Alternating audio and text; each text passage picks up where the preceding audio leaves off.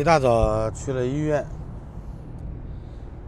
找完医生以后找药房是吧？药房告诉我口罩又没了，原先说10号有的，现在没有了。没有了以后还不错，去了一个99美分，买了一大堆谁都不认识的口罩。说句良心话，有没有效？我估计应该有。能不能达到 N95 的标准？不知道。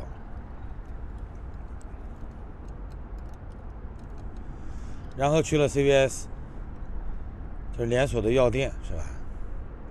CVS 根本就没有。那么又回到这个建材超市是吧 ？Home Depot 还是没有。其实我上次买到的也是在这儿。我们一天到晚在忙着买口罩，政府在干什么呢？政府在忙着节流是吧？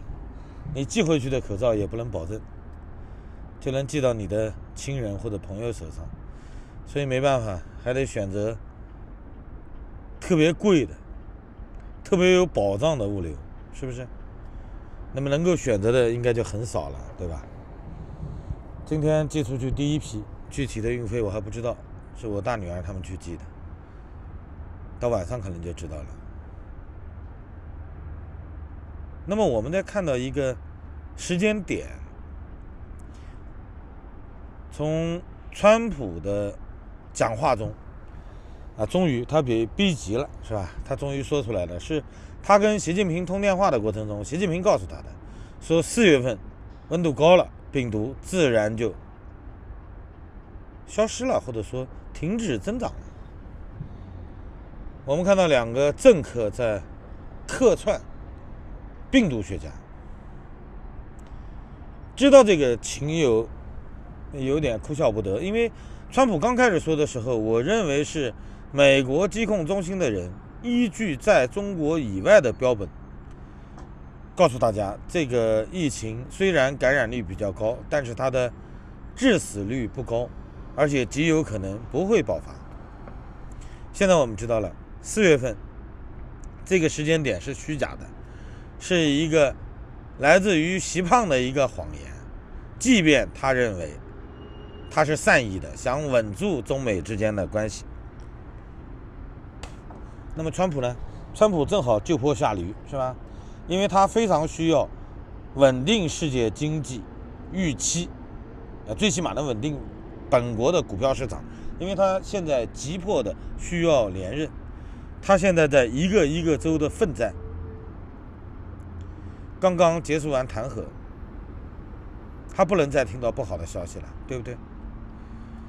其实我们从内地目前看到的一些信息，譬如说各地进入了战时状态，广州、重庆都开始出台法律，因为中国有这么一项规定，凡是社区的市都可以制定法律，在本地区实行的，所以他们是有权做出这些法律规定的。这个法律是什么呢？征用公民的房屋、物资、汽车。如果真的疫情被控制住了，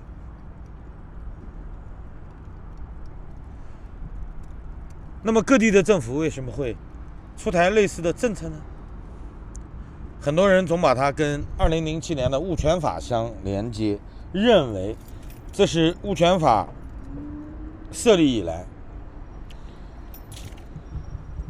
改变了原先的法律规定直接明抢了，对吧？土匪现原形了。其实不是，他们明抢的法律有很多，但这一条肯定不是，这条不是抢，这条是告诉你，疫情没有你想象的那么快结束。其实看到这条法律的时候，有这种疑惑是吧？当川普昨天说是习胖告诉他4月份疫情能够被扑灭的时候，你再回想一下相关的立法，你就应该知道了。对外，习胖在营造出一种极有可能在短期内扑灭疫情的态势；对内，各地都在动手，做好进一步强制征用民间医疗器械，包括其他物资的准备。说到底一句话，他们心里没有底，他们对扑灭这场疫情根本就没有一个时间表。而且大家一定要记住，它是病毒，不是细菌，不可能冒出来一种特效药。即便有有效的治疗方法，要等很多临床验证了以后才能被拿出来。至于疫苗，最快3个月，按照世界卫生组织的预判，差不多18个月你就可以指望打疫苗了。不要在这个时刻掉以轻心。好了，谢谢大家，再见。